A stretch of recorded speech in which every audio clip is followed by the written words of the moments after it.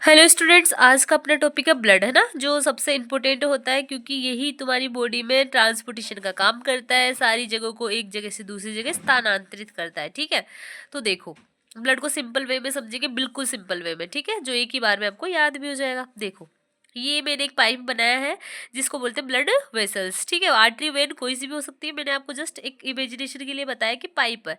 ठीक है, पाइप में क्या होता है, जो येलो कलर का मैंने बनाया है वो तो होता है प्लाज्मा। ठीक है, और जो मैंने रेड कलर की बनाई है वो आरबीसीज, जो ये ब्लू कलर की है वो डब्ल्यूबीसीज, और जो ये ब्लैक कलर की वो प्लेटलेट्स। ठीक है, अब देखो ब्लड अपने आप में होल ब्लड लिखा है मैंने। ठीक है, होल ब्लड क्या होता है, मतलब अपने आप में 100% होता है। ठीक है, उसके बाद में देखो दो पार्ट्स में डिवाइड किया है इन्होंने, 100% को दो पार्ट में डिवाइड करा है। एक तो है सेलुलर पार्ट, उसको बोला है अपने 45%। ठीक है, उसको ब्लड सेल्स भी बोलते हैं। एक को बोला अपने 55%, उसको बोला है प्लाज्मा। ठीक है, तो अपन एक एक को समझेंगे। अब देखो ध्यान से, सेलुलर पार्ट मतलब ये थोड़ा सॉलिड होता है। ठीक है, इसमें क्या होती है, ब्लड सेल्स। ठीक है, अब देखो पहले आती है आरबीसीज, उसको बोलते हैं अपन इरिथ्रोसाइट। ठीक है, इसके फॉर्मेशन को बोलते हैं इरिथ्रोपोइसिस। ठीक है, नॉर्मल रेंज होती है 3.3 से 5.5 सेल पर mm3। ठीक है, मिलियंस में होती है। ठीक है ना, मिलियंस पर mm3। ठीक है, देन उसके बाद में फंक्शन देखो, ऑक्सीजन कैरी जो आपकी आरबीसी होती है आखिरकार क्यों होती है, वो O2 कैरी करती है from lungs to heart and hearts to all body parts. Then उसके बाद में फॉर्मेशन ऑफ आरबीसी, मतलब आरबीसी बनती कहाँ है, ये भी तो एक पॉइंट है, कहाँ बनती है, बोन मेरो में ना। ठीक है, रेड बोन मेरो में। देन उसके बाद में है डब्ल्यूबीसीज, डब्ल्यूबीसीज को बोलते हैं ल्यूकोसाइट। ल्यूकोसाइट में कितनी होती है तुम्हारी, 4 से 11 ठीक है, 4 से 11 होती। काम क्या होता है डब्ल्यूबीसीज को, डब्ल्यूबीसीज को दूसरे नाम बोलते हैं इंडियन आर्मी।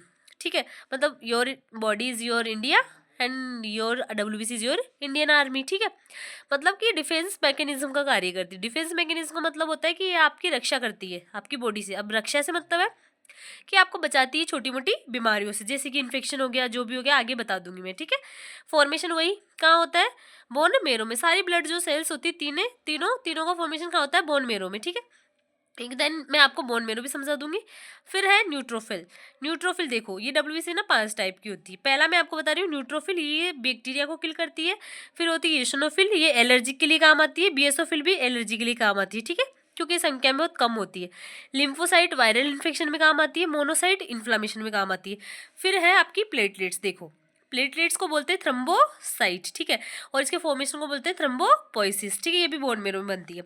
इसकी संख्या होती है 1 से 1.5 लाख। ठीक है, हेल्प इन ब्लड क्लोटिंग, जब आपकी चोट लग जाती है तो ब्लड को थक्का जमाने में काम आती है ये। ठीक है, फॉर्मेशन इन बोन मेरो, खाई होती है बोन मेरो में। अब देखो ये तो 45 कंप्लीट हो गया। अब 55 पे आते हैं प्लाज्मा में। ये लिक्विड पार्ट इसलिए होता है क्योंकि फ्लो के लिए भी रेस्पॉन्सिबल होता है, जिसमें सबसे ज्यादा अमाउंट में क्या है, देखो वाटर, मैंने आपको बताया 91 से 92% वाटर होता है। ठीक है, प्लाज्मा प्रोटीन होती है जो क्या होती है 7%। आगे की इन्फॉर्मेशन में ये लीवर में बनती है।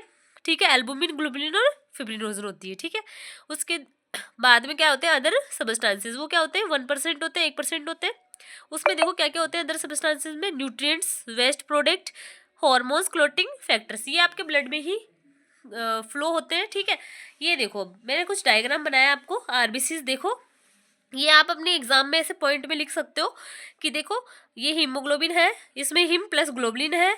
हिम का मतलब होता है आयरन प्लस ग्लोबुलिन। ठीक है, आयरन 5% होता है और ग्लोबुलिन 95% होता है। ठीक है, O2 को कैरी करते ही सेफ इसकी होती है बाइकॉनकेव। ठीक है, देन उसके बाद में इसकी साइज कितनी होती है 7 माइक्रोमीटर। ठीक है, अब देखो न्यूट्रोफिल को देखो, इसमें 3 लोब के न्यूक्लियस होता है। ठीक है, ये बैक्टीरिया को किल करती है।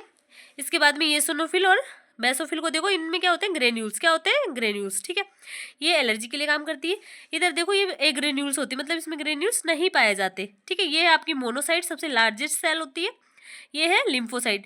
मोनोसाइट इन्फ्लामेशन और डेब्रिज लिखा है मैंने। डेब्रिज मतलब जो कचरा होता है ना ब्लड में, जैसे एंटीजन एंटीबॉडी की फाइट हुई है तो वहाँ पे बच गया कचरा। ठीक है, तो उसको क्या करती है ये इनगल्फ कर लेती है। ठीक है, क्योंकि साइज बड़ी होती है। देन उसके बाद में वायरल इन्फेक्शन से कौन लड़ेगी, आपकी लिम्फोसाइट्स। ठीक है, लास्ट है आपकी ये प्लेटलेट्स। ये क्या होती है स्टार शेप में होती है। ठीक है, तो प्लेटलेट्स का क्या काम होता है, हेल्प इन ब्लड क्लोटिंग। ठीक है, तो ऐसे करके आपका ब्लड होता है वो कंप्लीट हो जाता है, और आपको ऐसे फ्लो चार्ट में कंपोजिशन ऑफ ब्लड वाला क्वेश्चन करना होता है।